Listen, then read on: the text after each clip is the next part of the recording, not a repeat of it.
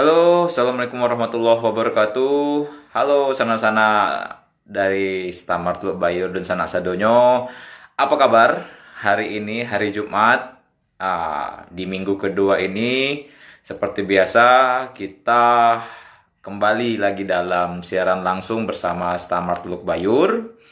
Hari ini kita akan berdiskusi. Nah, kalau sebelum-sebelumnya kita berdiskusi tentang cuaca, tentang kejadian-kejadian ekstrim yang berhubungan dengan cuaca.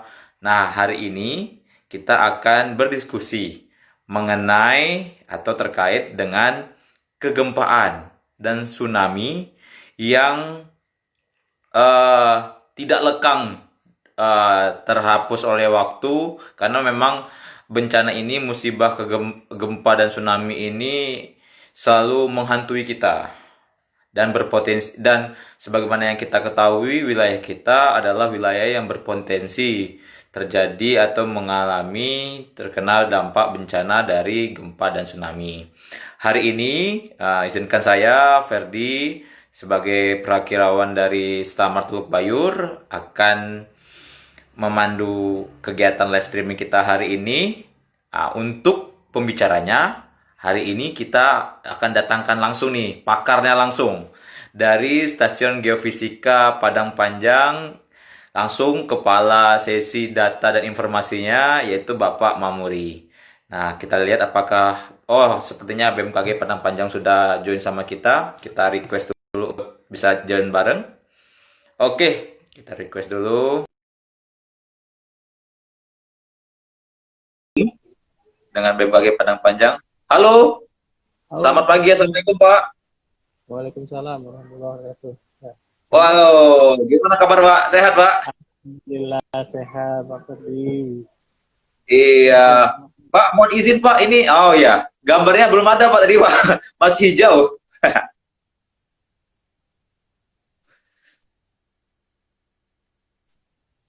Ya, rekan-rekan sekalian, sebelum kita memulai kegiatan kita hari ini, kami dari Stasiun Meteorologi Maritim Teluk Bayur uh, turut mengucapkan, turut berempati dan juga berempati terhadap kejadian kemarin banjir yang hampir menggenangi seluruh wilayah di Kota Padang, karena memang kemarin hujannya di stasiun kami itu terpantau curah hujan mencapai 235 mm, dan itu sudah terkategori sangat ekstrim, sangat ekstrim. Jadi kepada sanak-sanak kami yang terkena dampak, kami terus berempati dan semoga tidak ada kerugian yang berarti yang menimpa sanak-sanak semuanya. Coba kita request kembali untuk ini. Jangan, oke.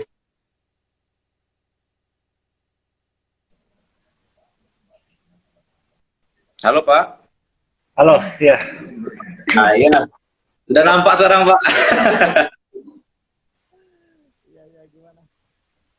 Sehat? Kabarnya Pak Ferdi? Ya, Halo, Pak, mohon izin, Pak. ya. Suaranya seperti belum masuk, Pak, ke dalam ini, ke dalam siaran kita. Halo, cek, cek. Oh, baik.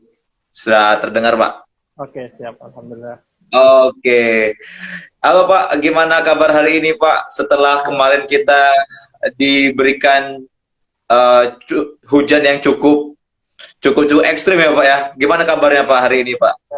Alhamdulillah, kemarin Padang Panjang juga merasakan derasnya hujan. Apalagi di Padang ya, di Teluk Bayur. Gimana Iya, Teluk Pak. Bayur? Kemarin hujan di Padang sangat-sangat ekstrim, Pak. Jadi kita juga turut berempati dan bersimpati terhadap sanak-sanak kita yang terkena dampak dari hujan ekstrim kemarin, Pak. Karena hampir seluruh wilayah di Padang itu tergenang air, Pak. Sampai kan di kantor aja sudah tergenang juga, Pak, kemarin, Pak. Nah, itu dia. Makanya dalam suasana corona seperti ini, waduh, bencana-bencana mudah-mudahan lah tidak terulang lagi. Iya, Harus amin, amin, jarak amin. segala macam. Ah, iya. Gimana? Ya, sebelumnya, Pak, kami juga menyapa sanak-sanak kami yang sudah bergabung bersama kita. Ada beberapa orang, ada Pak Aulia Rinaldi, ini rekan kita dari Stamet Bim juga, lalu ada, Oke. sudah banyak Pak yang berjoin sama kita Pak. Dan memang hari ini kita mendiskusikan sesuatu yang sepertinya menjadi momok, momok bagi masyarakat Lumpur ya terutama ya, dan Iya, Bengkulu juga betul. pastinya. Karena ini ya sebagaimana kita ketahui faktanya memang Hmm. tampak di depan mata kita sendiri bagaimana ganasnya bencana tsunami yang terjadi di Aceh tahun 2004 itu sampai sekarang saya yakin masih terngiang-ngiang Iya, betul, di betul. kepala sana kita ya Pak ya. Ya, ya, memang kalau kita berbicara gempa dan tsunami itu, histori kita, pengalaman kita di Indonesia udah cukup banyak, mulai Iya dari betul Pak. Aceh, Palu, dan Nah, sebagainya. Sekarang ya, pokoknya kita harus selalu siap-siap saja, apalagi untuk wilayah Sumatera Barat. Ya memang iya kalau kita bicara gempa dan tsunami, Indonesia itu cukup banyak juga yang berpotensi, bahkan hampir seluruh wilayah Indonesia itu hmm. bisa terjadi gempa bumi, kecuali memang Kalimantan yang sangat jarang gitu. Jadi Oh ya baik, buat teman-teman semua nih, mudah-mudahan dengan kegiatan ini kita bisa sama-sama belajar dan cukup banyak juga betul nih yang betul bergabung. betul betul betul. Karena gini Pak ya, yang namanya bencana itu biasanya itu apalagi di zaman sekarang itu pasti ada aja yang memboncengi, yang bisa kita Ya, katakan hoax-hoax yang sebaiknya kita counter, yang harus kita ya, counter, yang harus kita lawan. Ya salah satunya adalah dengan ini, dengan kita ya, berdiskusi, memberikan informasi yang tepat terkait dengan bencana ya. itu sendiri ya Pak ya. Ya, betul. Jadi memang mudah-mudahan dengan ini kita bisa sama-sama belajar, pembelajaran juga buat masyarakat. Yang Iya jadi betul. catatan memang kalau Sumatera Barat sudah tidak diragukan lagi gempanya ya. Mungkin warga Sumatera Barat sudah Tuh. sering, apalagi yang pernah gempa di 2009, 2007, itu cukup parah juga di Sumatera Barat. Jadi memang secara umum Sumatera Barat memang ya tempatnya atau beresiko terjadinya gempa bumi. Namun yang jadi catatan buat kita semua bahwa gempa bumi itu sampai saat ini belum bisa diprediksi.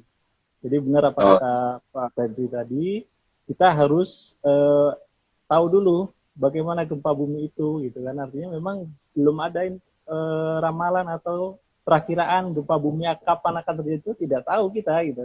Jadi iya. ya kita semua harus waspada saja. Tapi kalau wilayah mana yang terdampak atau yang berpotensi gempa ataupun tsunami, kita sudah tahu semuanya, terutama di Sumatera bagian barat, terus Jawa Iya. bagian selatan, terus sampai timur, sampai Irian, bahkan sampai Maluku dan Sulawesi. Itu merupakan daerah-daerah yang berpotensi terjadi gempa bumi.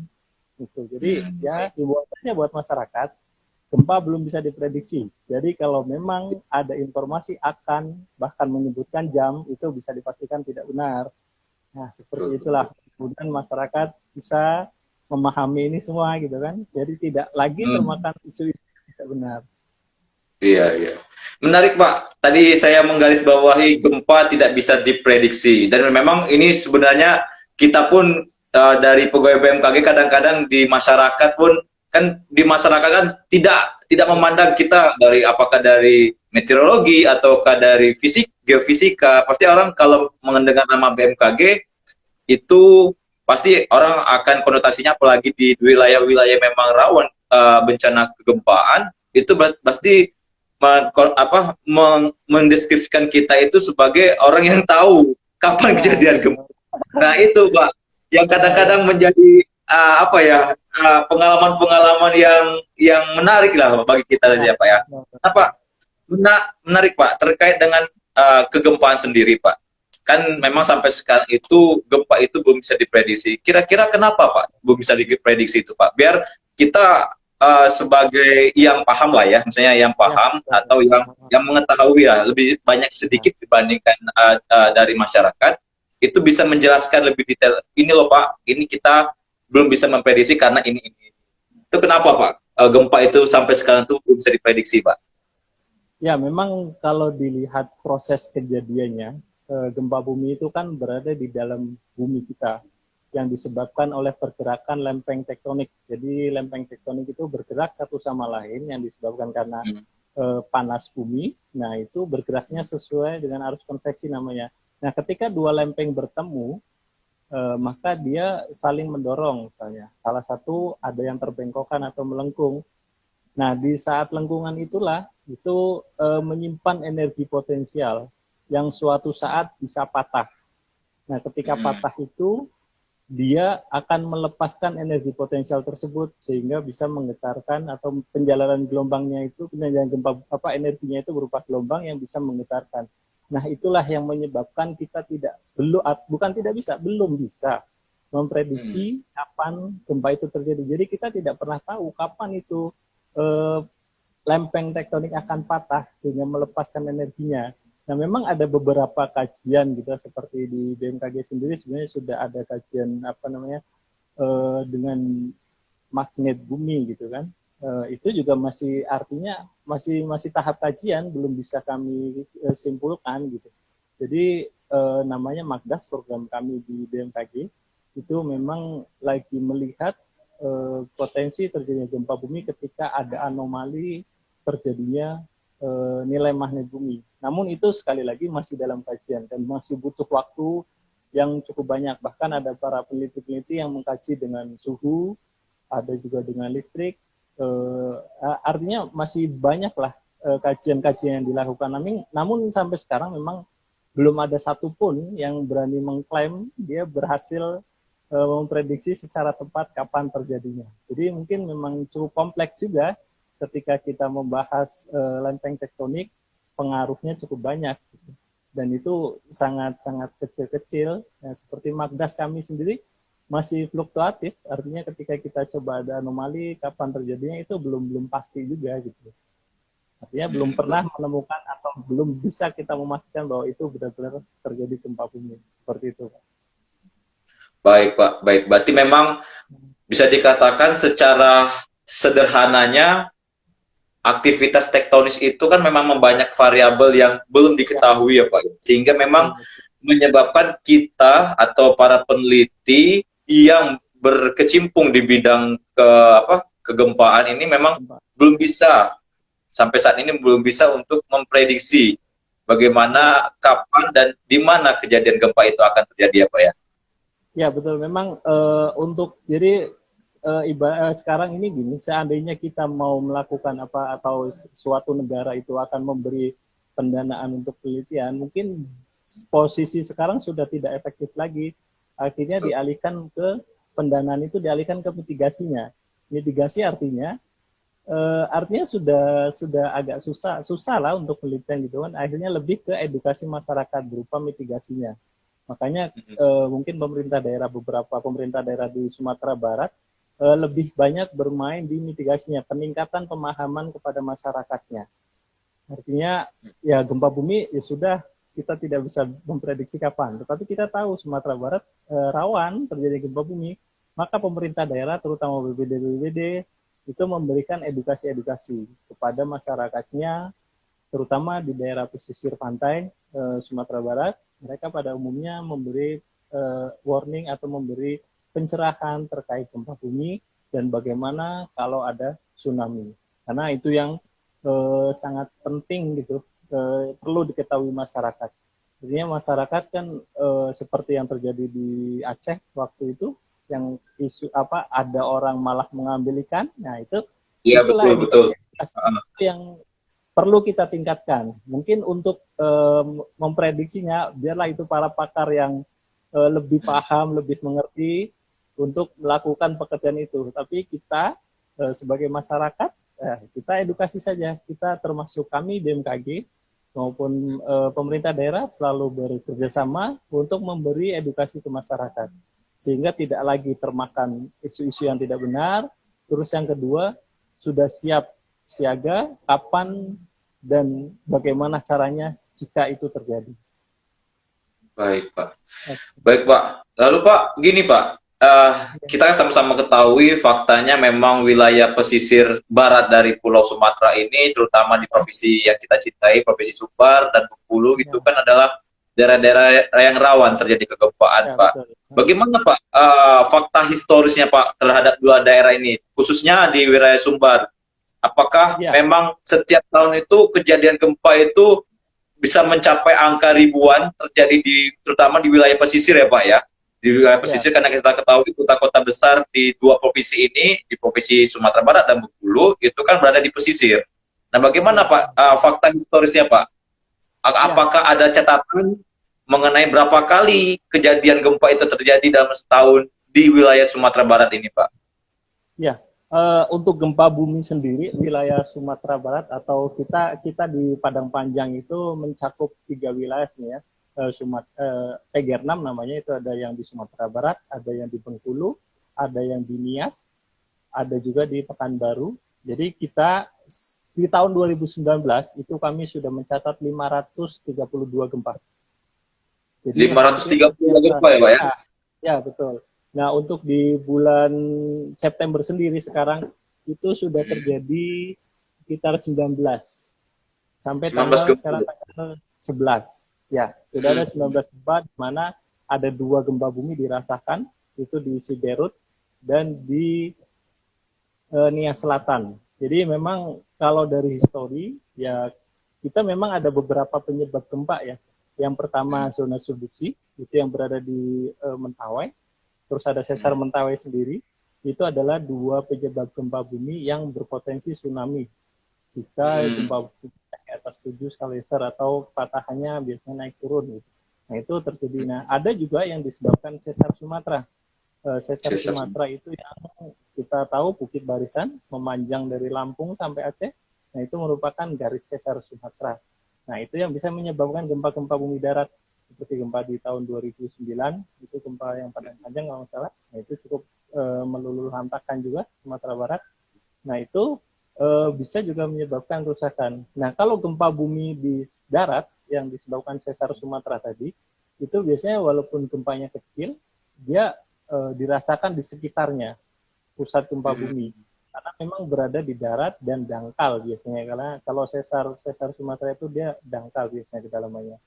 Nah itu dari itu semualah yang kita selalu waspada. Nah berkaitan dengan gempa bumi yang disebabkan oleh sesar Mentawai ataupun subduksi, itu pernah memang terjadi tsunami walaupun kecil ya di tahun 2010. Itu pernah terjadi tsunami dengan ketinggian memang kurang dari 1 meter, yang itu cuma 0,5 meter kalau nggak salah.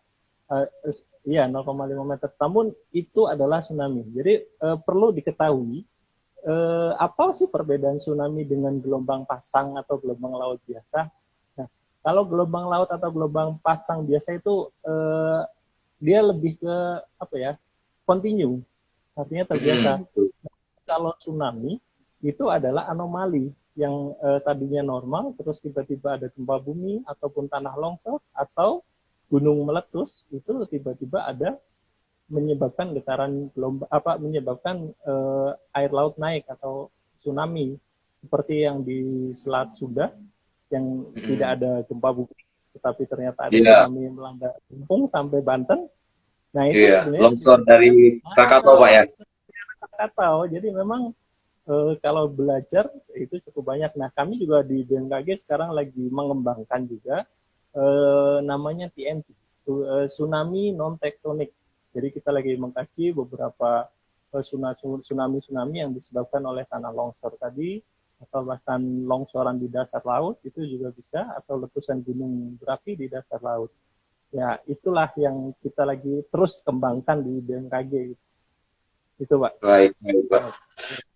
Iya Pak, semakin menarik nih Pak. Kalau kita tadi kan kita sudah kita buka dengan latar belakang ya tsunami gempa yang tidak bisa diprediksi, lalu juga gambaran Bapak tadi sudah memberikan gambaran bagaimana kondisi kegempaan di wilayah kita, terutama di Sumatera Barat ini hingga bulan September ini ya Pak ya.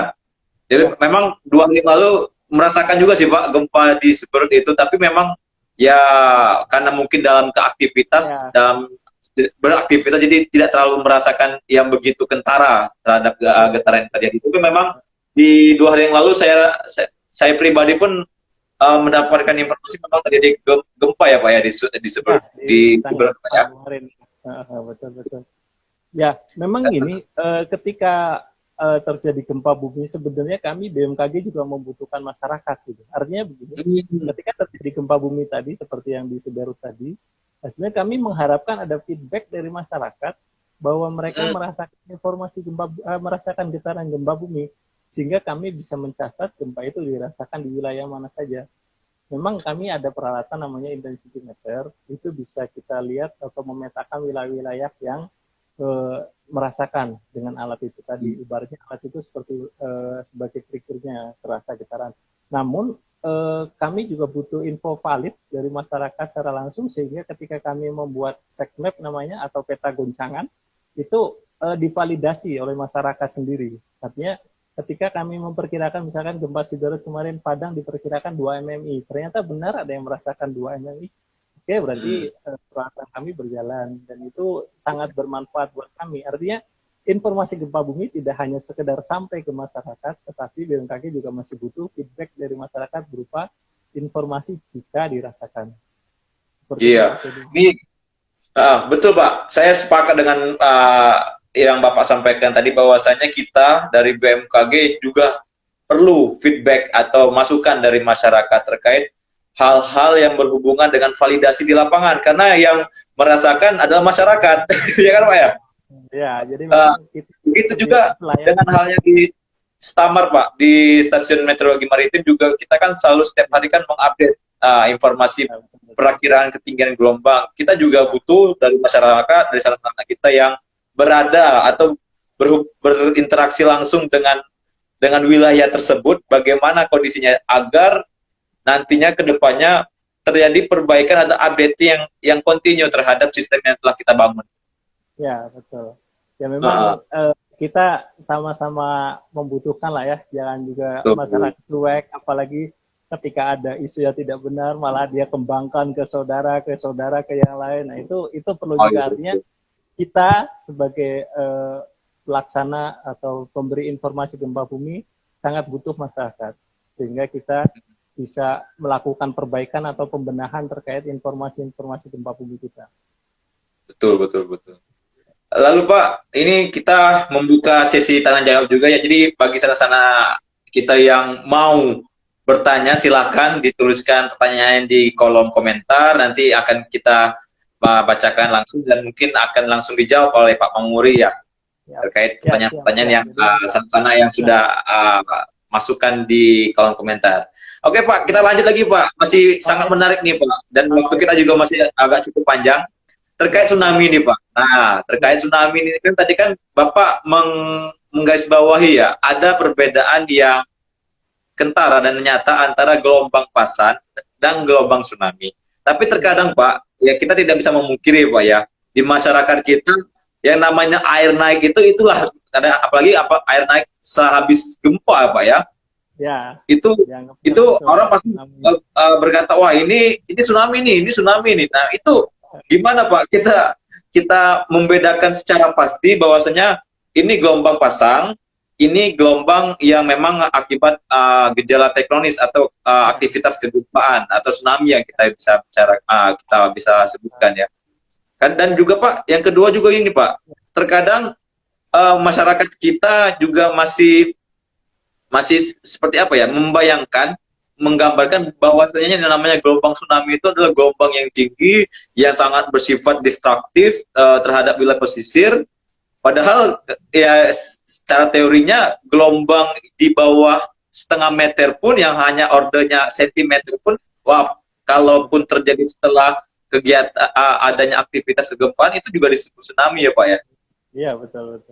Ya. Itu gimana Pak kita memberikan edukasi ke masyarakatnya bahwa ini loh gelombang pasang, ini loh gelombang tsunami, itu gimana Pak? Ya, jadi memang kalau secara dilihat secara laut, memang kita tahu semua bahwa laut itu pasti ada gelombang laut, terus juga ada waktunya pasang. Nah mungkin kalau untuk terkait pasang surut laut, dari Pak Freddy sendiri yang sudah ahlinya gitu ya untuk pengamatan itu. Nah bagaimana membedakannya? Jadi mungkin kita sama-sama tahu ketika bulan purnama itu laut pasang, nah itu sudah bisa kita prediksi. Dan itu mungkin bahkan ada lagi perbedaan atau lebih kompleks lagi ketika ada cuaca ekstrim di tengah laut atau ada badai di tengah laut. Nah itu bagaimana ya? Nah jadi memang kita biasanya dipadukan dengan informasi cuaca juga. Namun kami bisa pastikan gitu kan, kalau memang tsunami itu disebabkan oleh gempa bumi, kami bisa melihat rekaman gempa buminya dulu. Dan biasanya gempa buminya itu cukup besar ketika menimbulkan tsunami. Seperti gempa di Mentawai itu kalau nggak salah hampir 7 gitu ya, itu tsunami-nya memang relatif kecil, cuman di bawah setengah meter kalau nggak salah, ya, di bawah setengah meter. Jadi itu kalau kita lihat, kalau kami di BMKG itu ada namanya touch gate, itu ada grafik untuk melihat tinggi muka air laut. Memang itu punya Bakal Sultana gitu kan, tapi data dikirimkan ke BMKG pusat. Nah, jadi setiap kali kami ada gempa bumi dan menimbulkan tsunami, di situ akan terlihat grafiknya bahwa akan terjadi anomali permukaan laut gitu. Nah, terkait dengan masyarakat yang tinggal di pantai mungkin sudah terbiasa gitu, kapan melihat air pasang, kapan melihat bahkan kalau di Jawa ada rob gitu kan. Nah, itu kan merupakan aktivitas atau fenomena laut biasa gitu yang terjadi secara berulang. Mungkin Pak Freddy yang lebih tahu terkait gelombang laut maupun pasang surut laut gitu. Jadi kalau tsunami biasanya ada terjadinya gempa bumi dulu atau bahkan ada letusan gunung atau longsoran. Nah, itu yang untuk letusan dan longsoran itu yang masih kita kembangkan di BMKG yang dengan sistem TNT tadi. Tetapi kalau terkait gempa bumi, maka kami pasti akan mencatat dulu getaran gempa bumi. Makanya masyarakat seandainya merasakan getaran gempa bumi terutama di pesisir pantai dan cukup kuat, hampir tidak bisa berdiri gitu, bisa langsung menjauhi. Nah, itu yang paling penting. Nah, terutama masyarakat yang tinggal di pesisir, dia harus tahu jalur evakuasinya kemana, harus tahu melihat gedung tertinggi di mana, atau harus tahu bukit terdekat di mana. Itu tujuannya untuk penyelamatan diri kita. Nah, terkait dengan tsunami juga, ketika kalau BMKG itu mengeluarkan ada 3 peringatan dini tsunami, kalau ada gempa bumi yang berpotensi terjadi tsunami. Yang pertama adalah awas itu tinggi gelombangnya lebih dari 3 meter. Terus level kuning itu waspada, itu tinggi gelombangnya setengah meter sampai 3 meter. Terus yang ketiga, siaga itu kurang dari setengah meter. Jadi itu adalah warning kami keluarkan, dan kami mengeluarkan biasanya ada, kalau tsunami itu ada peringatan dini pertama, itu gempa bumi yang menyebabkan berpotensi tsunami. Terus yang kedua, peringatan dini kedua, kita sudah tahu memetakan daerah-daerah mana yang akan terdampak, jam berapa kira-kira gelombang tsunami tiba, dan ketinggian berapa kira-kira tsunami akan tiba di daerah tersebut. Karena tsunami itu pasti waktunya tidak akan sama antara pantai yang satu dengan pantai Pariaman misalnya dengan pantai pesisir selatan akan beda. Terus juga tinggi gelombangnya juga akan beda. Jadi itu yang perlu kita pahami bersama. Kita harus belajar bersama-sama, tidak menggantungkan kepada warning. Karena evakuasi yang paling bagus adalah evakuasi mandiri. Kita merasakan getaran dan cukup kuat, bahkan kita tidak bisa berdiri gitu, lebih baik lari saja. Karena kalau kita menunggu pemerintah daerah ataupun BMKG, itu waktunya sangat berharga kita gitu. Kalau estimasi kami, ketika ada gempa atau tsunami, gempa yang di sekitaran Mentawai dan terjadi tsunami, maka sampai Pantai Padang itu kurang lebih sekitar kurang dari 30 menit. Itu kalau di Mentawai. Cukup singkat ya, Pak ya? Ya, cukup singkat. Makanya lebih efektif adalah evakuasi mandiri. Itu yang paling efektif. Karena kalau menunggu pemerintah daerah ataupun kami BMKG, ya kadang terkendala di komunikasi. Karena kalau ada gempa cukup kuat, pasti komunikasi juga kolaps seperti waktu di gempa Palu, itu beberapa saat sempat berhenti komunikasi, akhirnya baru bisa terkoneksikan lagi beberapa saat. Nah, ini lagi dengan suasana pandemi ini, nah, itu evakuasi harus lebih teliti lagi gitu. Artinya kalau sistem evakuasi sekarang, ya kalau sekarang posisi kita harus senjatanya dalam masker dan hand sanitizer, itu harus wajib ada gitu ya. Nah, berkaitan dengan ketika ada gempa bumi. Kalau ada gempa bumi, kan evakuasi harus keluar rumah atau kalau tidak sempat keluar rumah, bersembunyi di bawah meja. Nah, senjata kita masker dan hand sanitizer harus selalu siap. Terus kedua, ketika kita harus lari keluar, jangan lupa jaga jarak. Nah, itu social distancing itu harus tetap kita terapkan. Karena memang dalam suasana pandemi ini, bencana juga tidak berhenti. Kita yang harus siap mempersiapkan diri kita. Mungkin itu Pak Ferry ya. Iya, benar Pak.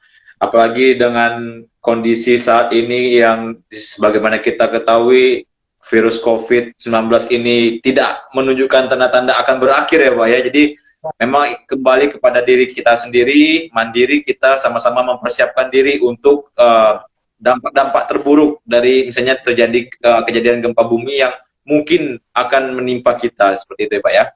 Ya, Ya Pak, saya menggarisbawahi beberapa tanda-tanda yang bisa dijadikan patokan untuk masyarakat kita apabila terjadi gempa bumi yang berpotensi untuk tsunami. Salah satunya adalah apabila gempa dirasakan cukup kuat sehingga kita pun untuk berdiri pun rasa-rasanya goyang gitu Pak ya. ya. Itu berarti itu sudah bisa menjadi salah satu tanda awal ya Pak ya bagi masyarakat kita bahwasanya kita harus segera mengevakuasi diri ke tempat yang lebih aman. Ya, jadi memang kalau dilihat tanda-tandanya, ya yang paling umum adalah gempa kuat. Terus yang kedua, kalau kita berada di pantai, itu air laut surut. Tapi memang kadang ada yang tidak surut juga, tapi yang jelas biasanya air surut gitu kan. Terus yang kedua, ada perilaku aneh binatang, misalkan burung-burung menjauhi lautan menuju pantai. Terus juga ada suara terdengar gemuruh. Dan yang paling penting adalah gempa buminya itu sendiri. Artinya ketika ada gempa bumi cukup kuat, ya itu trigger utamanya, trigger utama kita atau warning kita untuk segera evakuasi mandiri. Ya, itu mungkin ciri-cirinya Pak. Ya. Lalu Pak, kalau misalnya Pak, ini Pak tadi Pak, terkait juga tempat kita untuk mengevakuasi diri. Sekiranya lah ya Pak ya, kita misalnya kita dalam kondisi bekerja, kita di kantor. Lalu juga kita belum memetakan nih tempat evakuasi terbaik untuk diri kita saat kita berada tidak di rumah. Lalu adakah Pak alternatif lain tempat evakuasi lokal yang bisa kita digunakan sementara untuk tempat kita berlindung Pak?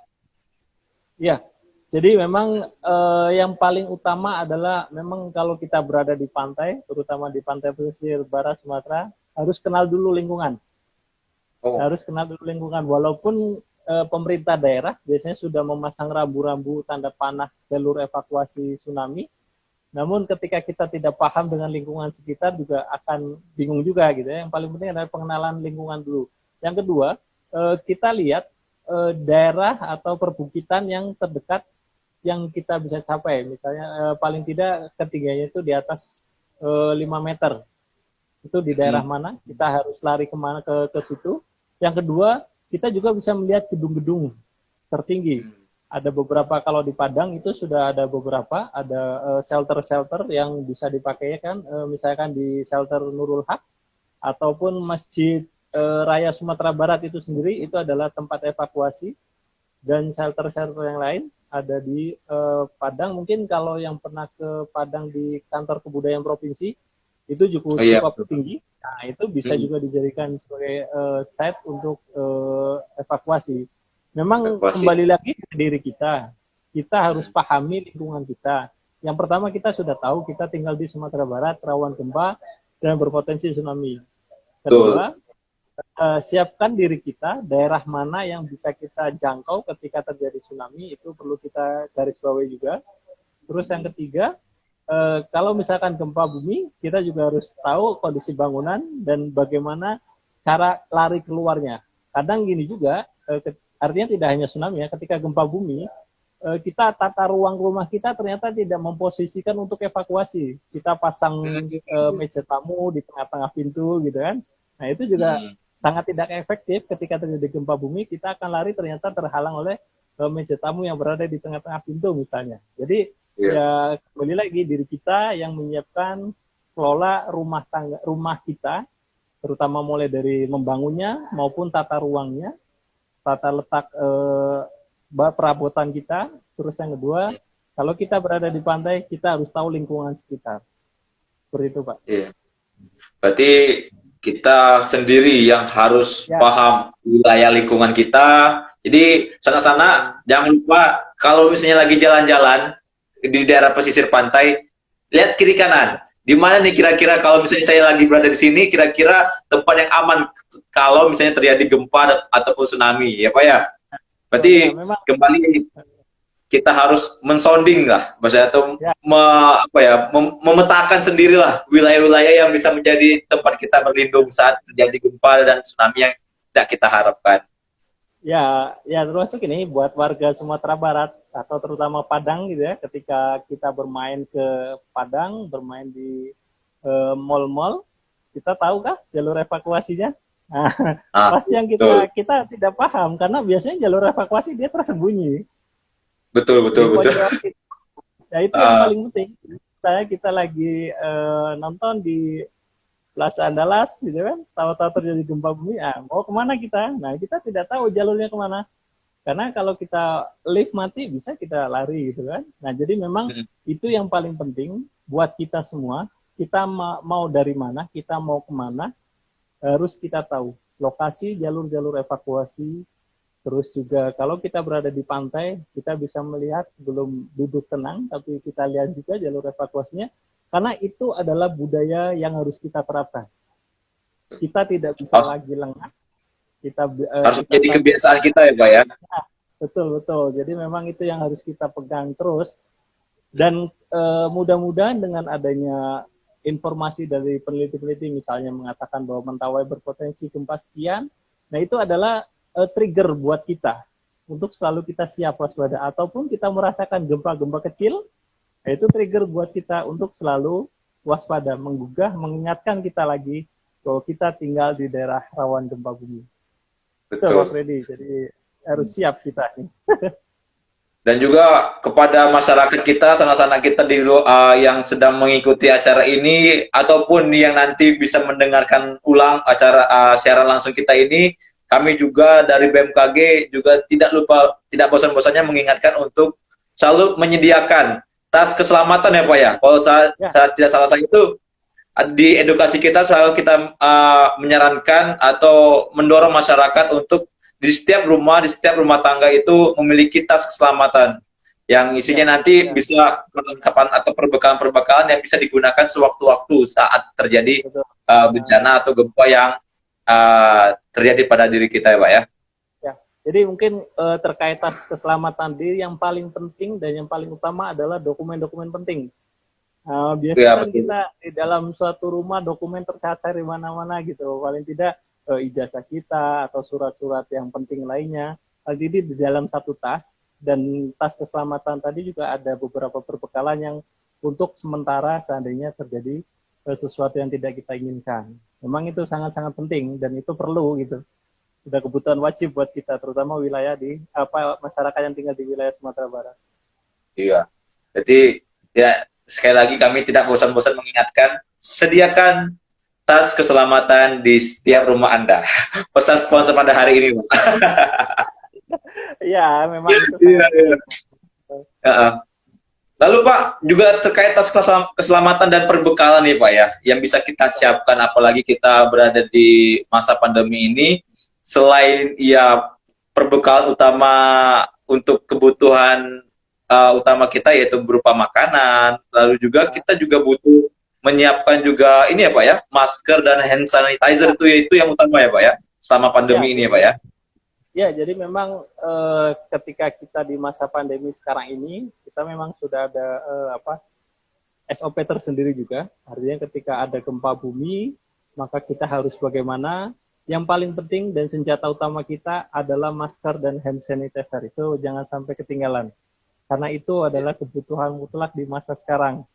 Dan Betul. ketika kita mengevakuasi mandiri keluar dari rumah, ataupun mungkin di Teluk Bayur kemarin yang banjir ada beberapa pengungsi, nah itu jaga jarak masih tetap juga diperankan Di gitu, belakang dimainkan, ya. artinya dilakukan. Jangan sampai mentang-mentang bencana kita berkumpul-kumpul gitu kan. Nah itu yang bisa juga menyebabkan malah ke bencana lainnya, yaitu Iya.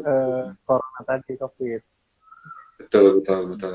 Ya, memang kondisi saat ini memang kita sama-sama tidak bisa prediksi ya, Pak ya. bagaimana tiba-tiba kita dihadapkan dengan pandemi, lalu juga kita saat ini sama-sama kita ketahui kita berada atau tinggal di wilayah yang berpotensi terjadi bencana gempa dan tsunami. Kembali lagi kepada diri kita sendiri, sana-sana kita yang harus mempersiapkan diri kita sendiri, karena sebagai sebesar apapun usaha yang dilakukan oleh pemerintah ataupun pemerintah yang berwenang terhadap wilayah tersebut, apabila kitanya tidak aware, tidak terus nyadari secara mandiri bahwasanya ini ada jadi kebutuhan kita, itu juga akan menjadi tidak efektif untuk mitigasinya sendiri ya Pak ya.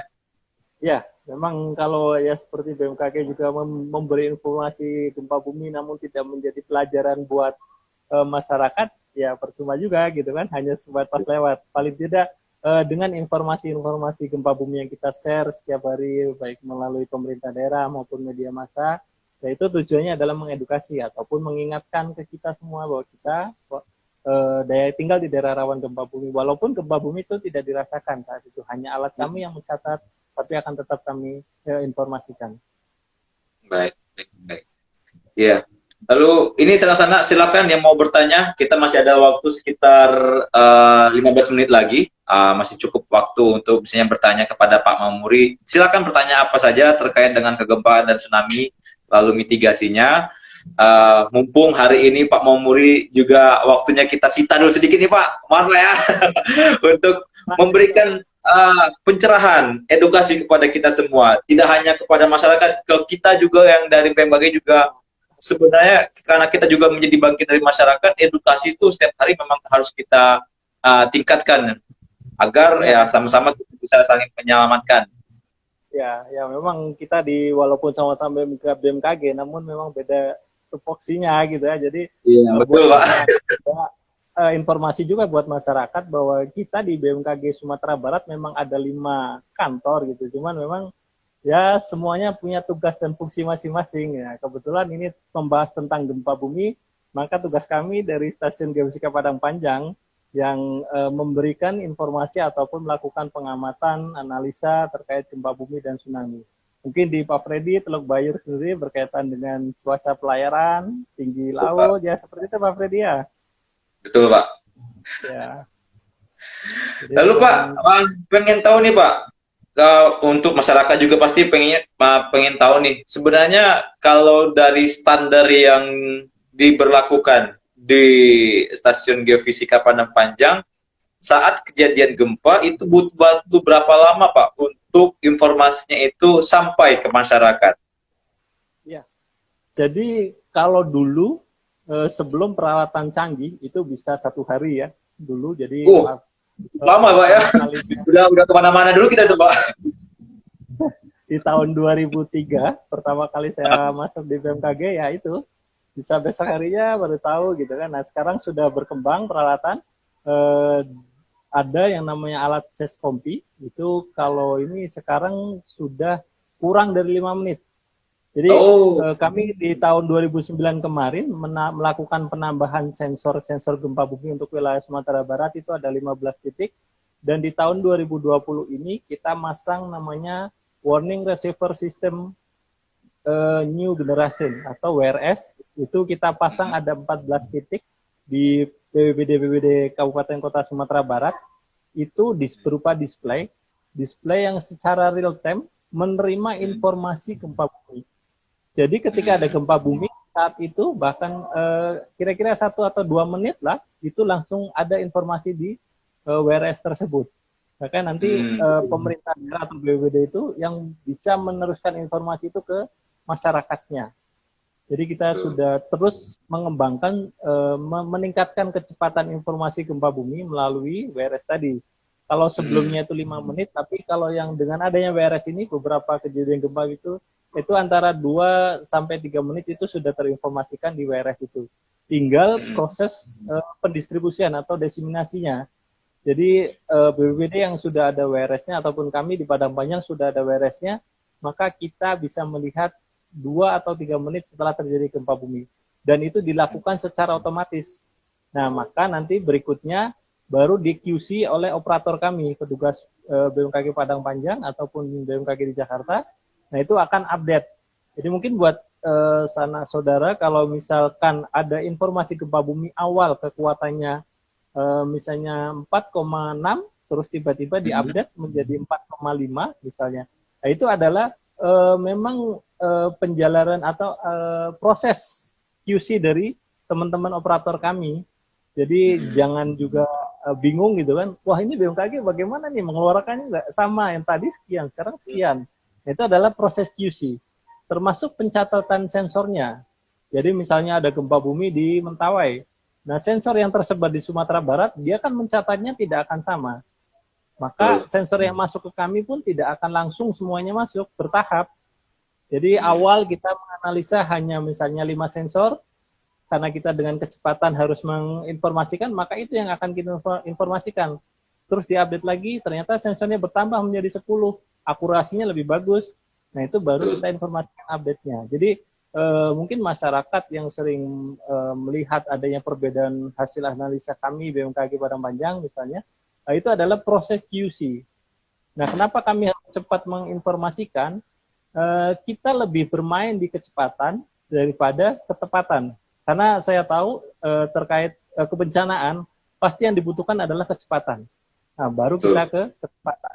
Karena kalau bencana kita ketepatan, akan lama kita akan mengevakuasi masyarakatnya atau penanganan terhadap korbannya itu pasti akan lama. Jadi kecepatan dulu yang kita sampaikan, baru kita lari ke ketepatan.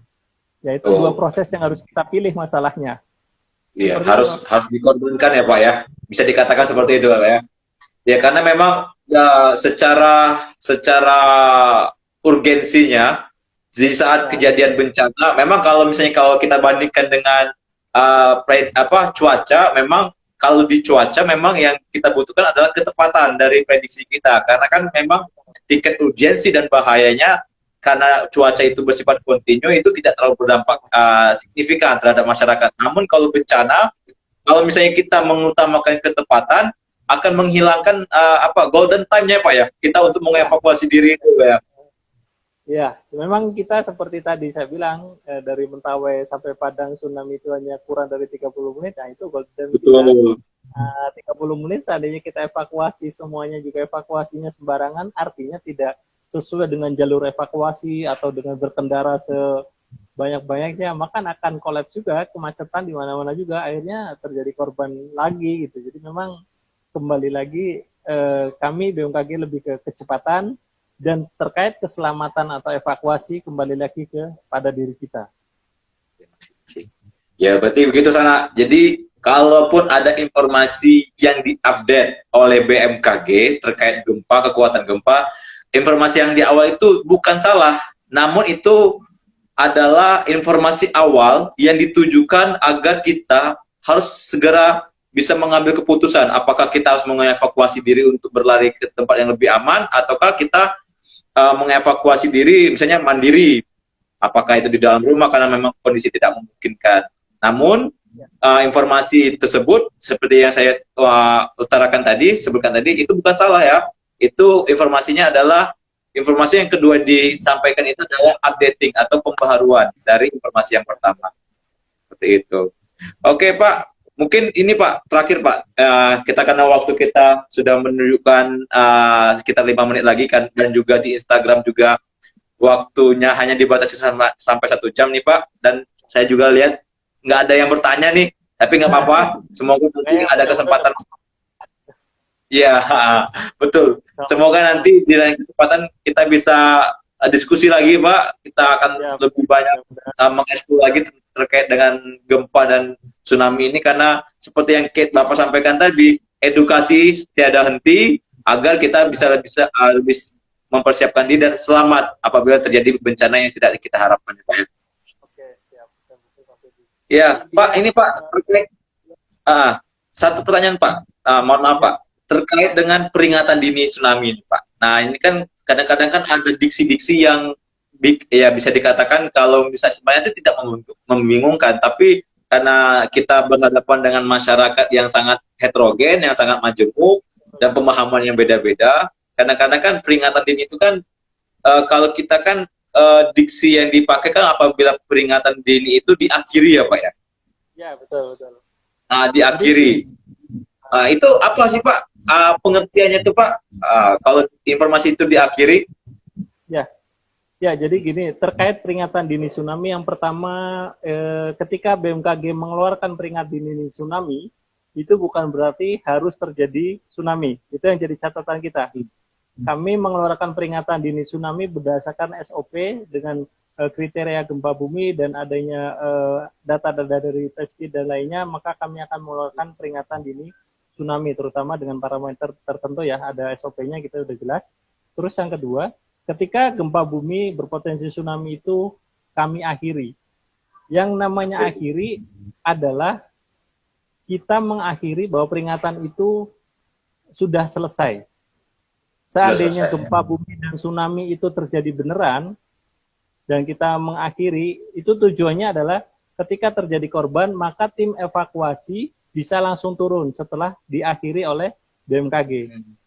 Seandainya tidak diakhiri, maka tim evakuasi akan bingung, udah bisa belum ini? Jangan sampai ketika tim evakuasi turun, malah terjadi tsunami berikutnya. Karena tsunami tidak terjadi satu kali, dia terjadi beberapa kali gitu kan. Jadi memang kita pasti akan mengakhiri.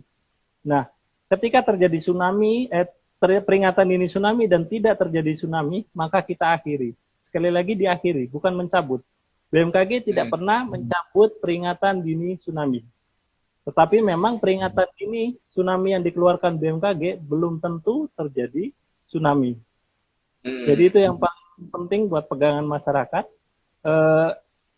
Lebih baik kami mengeluarkan tetapi tidak terjadi daripada kami tidak mengeluarkan malah terjadi. Tapi terjadi. Jadi kami mengeluarkan peringatan dini, ada SOP-nya, ada kriteria gempa-gempa yang seperti apa yang bisa berpotensi tsunami, termasuk ada simulasi. Kami sudah ada database simulasi atau simulasi ketika terjadi gempa di daerah sini, kira-kira dengan kekuatan sini, masukin parameter, maka gelombangnya seperti apa, dan itulah yang difungsikan untuk memberi peringatan dini, terutama tinggi gelombang, waktu tiba gelombang, itu akan tersampaikan.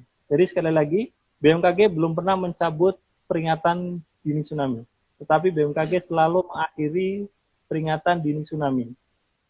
Tujuan pengakhiran, seandainya terjadi, maka tim evakuasi bisa turun. Kalaupun tidak terjadi, ya seperti saya bilang tadi, peringatan dini tsunami yang dikeluarkan BMKG memang tidak semua terjadi tsunami, tapi itu semua sudah ada SOP-nya. Baik, berarti Pak bisa ditarik kesimpulan bahwasanya peringatan dini yang dikeluarkan oleh BMKG terkait dengan tsunami dan kejadian tsunami yang akan melanda suatu wilayah itu tidak pernah dicabut, namun diakhiri dengan tujuan agar apabila memang terjadi kejadian bencana tsunami itu pihak yang berwenang untuk melakukan evakuasi bisa langsung bergerak ya Pak ya? Ya, betul. Artinya jangan sampai ketika ada tsunami belum diakhiri tim evakuasi turun malah jadi korban gitu kan? Iya, betul. Baik, jadi itu ya sana-sana saudara ya. Jadi untuk peringatan dini tsunami itu BMKG tidak pernah mencabut, namun mengakhiri dengan tujuan adalah apabila memang terjadi tsunami sebagaimana yang telah dikeluarkan peringatan dininya, maka pihak-pihak yang berwenang itu bisa langsung untuk melakukan evakuasi terhadap korban yang menjadi korban dalam kejadian tsunami tersebut. Oke, ada ini Pak. Kenapa Pak? Satu lagi terkait tsunami tadi, seandainya tidak terjadi pun kami akan akhiri gitu kan. Artinya jangan sampai masyarakat menunggu-nunggu. Ini katanya ada peringatan dini tsunami, tapi ternyata gempa bumi tsunami-nya nggak datang-datang, jadi kami akhiri. Jadi sebagai penutup saja, catatan buat kita semua, terutama masyarakat yang tinggal di pesisir barat Sumatera ataupun Sumatera Barat pada khususnya, yang jadi catatan adalah gempa bumi belum bisa diprediksi. Seandainya ada informasi yang tidak benar atau ada informasi yang menyatakan akan terjadi gempa bumi, maka itu bisa dipastikan tidak benar. Bisa konfirmasi ke kami, ke telepon kami atau Instagram kami juga silakan. Terus yang kedua, BMKG ketika terjadi gempa bumi kuat dan berpotensi tsunami, maka akan mengeluarkan potensi tsunami-nya dan dipastikan akan diakhiri, bukan dicabut. Mungkin itu Pak Freddy yang buat catatan kita Iya. semua. Baik Pak, terima kasih Pak. Memang ini suatu pencerahan bagi kita semua Pak. Karena memang ya sebagaimana kita ketahui di masyarakat pun sampai saat ini saya yakin juga kita pun masih kadang-kadang agak rancuin ini diakhiri, dicabut, apa gimana kan apabila terjadi suatu kejadian gempa yang dibarengi dengan peringatan dini tsunami. Ya, Oke Pak, kalau boleh tahu nih Pak, untuk di Kota Padang sendiri Pak ya, terutama untuk anak-anak kita yang berada di Kota Padang, setahu sepengetahuan Bapak, shelter-shelter yang telah tersedia sebagai shelter untuk evakuasi kejadian tsunami dan gempa, di mana aja Pak ya? ya. Kalau untuk shelter-shelter yang paling ada itu yang pertama di Nurul Haq yang di belakang asrama haji ya. Itu Ya. di daerah Tamunya. Nah, itu satu. Terus kedua, Masjid Raya Sumatera Sumbar sendiri itu adalah didesain memang untuk evakuasi. Kita lihat dari tangganya itu berupa turunan gitu kan, bukan tangga berjenjang. Itu tujuannya untuk biar bisa lari untuk evakuasi. Terus yang ketiga di kantor budaya provinsi itu sendiri, itu merupakan berapa lantai di atas, itu juga fungsinya sebagai evakuasi. Memang itu adalah site sementara gitu ya, seandainya terjadi tsunami. Terus juga mungkin sana pernah lihat ada di jalan raya ada aspal berwarna biru. Iya betul Ya, Pak. mungkin itu adalah batas akhir perkiraan gelombang tsunami sampai yang terparah. Iya. Nah, jadi itu kalau bisa pernah melihat itu berupa warna biru dan berupa gelombang laut gitu ya. Itu adalah sebenarnya batas akhir gelombang tsunami yang bakalan sampai kalau memang terjadi tsunami yang parah. Dan itu emang dibuat oleh BPBD Kota Padang. Jadi dengan itu kita bisa tahu batasan mana yang kira-kira sudah dianggap aman. Iya. Ya. Baik Pak. Jadi masyarakat kita harapkan juga sana-sana kita jangan lupa kalaupun lagi jalan-jalan selalu lihat kiri kanan, siapa tahu ada tanda-tanda, sign-sign yang bisa dijadikan sebagai tempat ataupun sebagai tanda untuk melakukan di saat kita melakukan evakuasi mandiri apabila terjadi gempa dan tsunami yang melanda wilayah kita. Oke Pak, nampaknya waktunya juga sudah cukup nih Pak, karena takutnya nanti di tengah jalan terputus oleh Instagram pun juga nggak enak kita Pak ya. Baik Pak, terima kasih banyak atas waktunya kami ucapkan. Semoga yang Bapak sampaikan hari ini, yang kita obrolkan pada hari ini bisa memberikan manfaat dan dampak yang positif bagi masyarakat kita Pak. Terutama masyarakat yang berada di pesisir, yang berada juga di wilayah potensi bencana gempa dan tsunami. Baik Pak, terima kasih atas waktunya Pak. Mungkin kita akhiri dulu. Di lain kesempatan kita bisa bertemu lagi, berdiskusi lagi dengan lebih banyak yang kita eksplor lagi. Salam juga untuk rekan-rekan di Stasiun Geofisika Padang Panjang Pak. Semoga sehat selalu, semoga rekan-rekan juga dan Bapak sendiri juga selalu dilindungi dan dijauhkan dari pandemi COVID-19 ini Pak ya. Baik, sana-sana sadonyo. Nah, ini aja akhir dari sesi live IG kita minggu ini.